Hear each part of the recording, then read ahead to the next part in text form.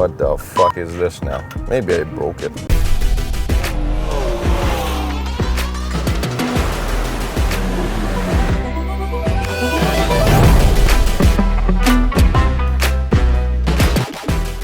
Hello there, my name is Tom and welcome to my YouTube channel where we talk all things trading, finances and money in general. And not just trading, also Rolls Royces. And in this video, let's talk about whether it's a good idea to daily drive a Rolls Royce Phantom like I do. Let's go. A lot of people have been asking me, Thomas, you know, everybody is driving a BMW 5 Series or Mercedes E-Class or some small woman type SUV. Why are you on earth driving a Rolls Royce Phantom and not in the back of the Rolls Royce Phantom? Because that's where you're supposed to be. And to be honest, the reason is very simple, because in the back, I'm gonna even show it to you, is just a seat. So if you wanna be really riding in the back, you'd probably wanna be riding in a Maybach, because the Maybach, it has those incredible reclining seats and stuff. Rolls-Royce doesn't have this, and I've never liked it about the Rolls-Royce. So for me, Rolls-Royce is just for driving yourself. But again, this is only my personal opinion and my personal experience. So now to the topic. So what is it like to actually be driving the Rolls-Royce on the daily basis? It's both great, amazing, fucking fabulous, and at the same time, it's pretty horrific. So let me explain exactly why is it horrific first. Number one, the reason is, of course, the size. The sheer size is absolutely enormous. I mean, this car is huge. So if you're going to buy yourself some groceries in a grocery store, forget about it, because you're gonna be parking just in the back of the parking lot, and that's it. So that's where your car will always be, because this thing is too fucking big to go anywhere. So whenever I go somewhere, I always use a valet, or we order stuff to our house. So we don't go for groceries. I don't really like to do grocery shopping. It's a waste of time in my life, in personal opinion. So this car probably is not gonna be the best to go to groceries. It's not gonna be the most comfortable one at all. So this is the car when you go to a meeting, you go to a restaurant, and you give the keys to the valet, hope that it's not gonna be destroyed in the process by all the guys at the valet, which has happened to my Ferrari, sort of. Yeah, so that's a big no-no. And of course, the second no-no of an older Rolls Royce Phantom is going to be the reliability. There are different ones, and again, remember that this is based on a BMW 7 Series. The engine itself is okay, I guess, in the transmission, but the electronic stuff, like here, for example, this is something we were trying to fix, but we were unsuccessful. This is the monitor, and by pressing this button, it is supposed to be turning it over, and you're supposed to see the screen here. And here there is a switch, which is supposed to be, oh, I don't know, what the fuck is this now? Maybe I broke it. So it's supposed to be opening this one, and obviously it's not working. So there is something with the mechanism. When you want to fix something like this, which brings us to the cost of fixing everything, this piece of the monitor, original one, but a used one, we sourced one, we're waiting for it. It was about $3,500, just this piece of garbage. And that brings us to the worst part, which is this being an old car. Always expect something to go wrong with it.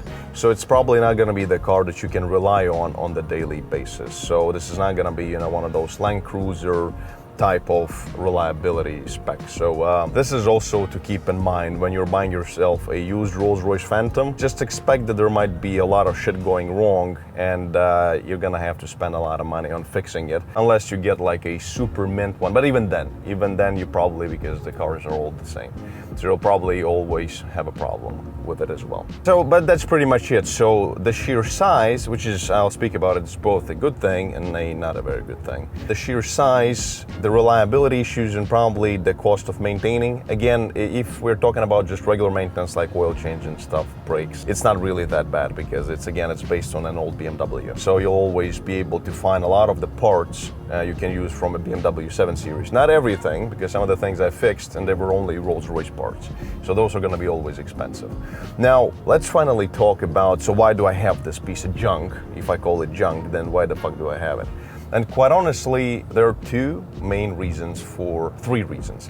Reason number one being that I always wanted a Phantom. You know, I lived in Europe and I had a choice to buy either a Rolls Royce or a Bentley, and I went for a Bentley because it was all-wheel drive and I could rely on it in winter as well. So I always wanted a Rolls Royce, and especially the Phantom, the older one, this, you know, analog style, wood, and all that kind of awesome good stuff. So that's reason number one. So it's just my personal emotional reason.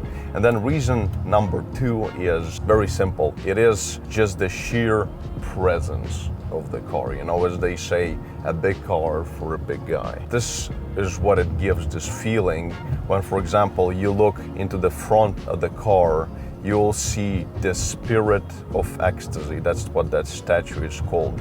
Right in front of you, gliding together with you. It just is an amazing feeling of power and influence. Because when you're in a Rolls Royce Phantom, you know, it is that it gives you +5 to skill and +15 to awesomeness and +30 to power of whatever. You know, this is the feeling that you get. You know, a lot of guys say about the same thing about the Mercedes G-Class, the G-Wagon, and it sort of is like this, that it's, you know, boxy like a tank. But here it's actually extra because it's a Rolls Royce Phantom. And you know that you're driving, you know, a mega yacht of a car. So this is just the sheer experience and the feeling and the respect it gets on the roads, because you're not driving fast. You've already made it and you're just gliding slowly, you know, checking the mirror and just switching lanes without the blinker. This is how a Rolls Royce Phantom rides along, and nobody's beeping. Rarely, some idiots still beep.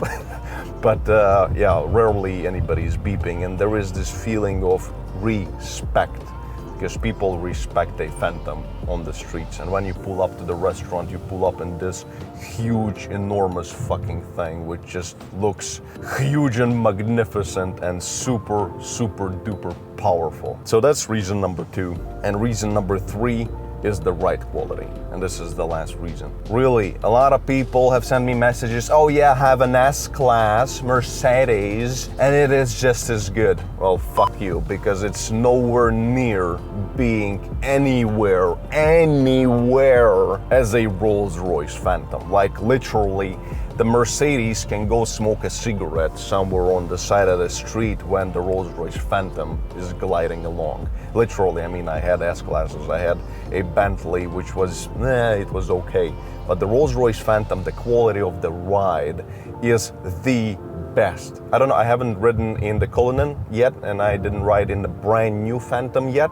And that's what I intend to do in the near future, to see what differences are, you know, because there's so many years apart, those two cars. Perhaps it's even better, and I'm pretty sure that it is. But this here, just how it's a couch on wheels. A lot of people say about couch on wheels about a lot of shit cars, like, you know, some pickup trucks or maybe some S-Classes once again, or BMW 7 Series, which is just a bench compared to the Rolls Royce Phantom anyway. Because the suspension here, the way it works, you still feel the bumps in the street, but it's reduced to the absolute bare minimum. The Bentley is a lot stiffer and the Mercedes is still a lot stiffer, and the Voyage experience is just not there. And also, it's not just about the suspension and what actually Mercedes lacks. I haven't driven the original Maybach, but I've driven the current Maybach, and it's just a fucking S-Class, you know, with a Maybach badge, an extra $50,000 on top, really. So with the Mercedes and with the Bentley, and what they don't have is the seamless Rolls-Royce type of power delivery.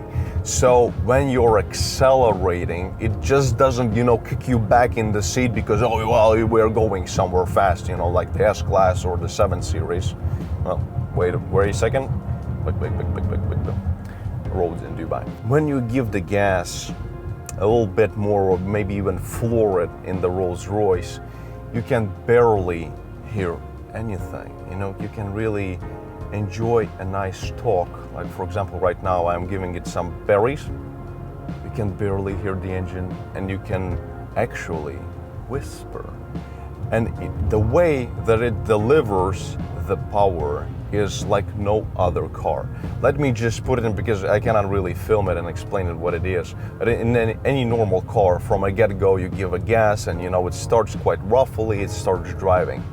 In a Rolls Royce, when you give it gas, it starts moving, but very slowly, and the torque is building up step by step, so you're taken into space, through space. This is the feel. I don't know, it's difficult for me to, let me know down in the comments if actually I explained it well, but this is my explanation of it, of this experience of accelerating in a Rolls Royce. So there is really, and this brings me to the final reason, which is just an overall, all reasons together, and we almost just crashed because of this fucking cunt. I shouldn't be saying these kinds of things. So, and this brings me to the overall experience of a Rolls Royce, and it's when people say that there is no such car, there is no rival for Rolls Royce, especially a Phantom. And any Rolls Royce, actually. That is absolutely true. And if you want the best and this magnificent experience, then the Rolls Royce is the car for you. All right, here are all the factors that I was considering and as I still have in my head when I think of my Rolls Royce Phantom. Let me know down in the comments if you agree. And should you really daily a Rolls Royce? If you're a crazy dude, fuck it, why not? Thank you for watching. Please consider subscribing and follow me on Instagram, and all the links to all the awesome products in the description as always. See you in the next videos.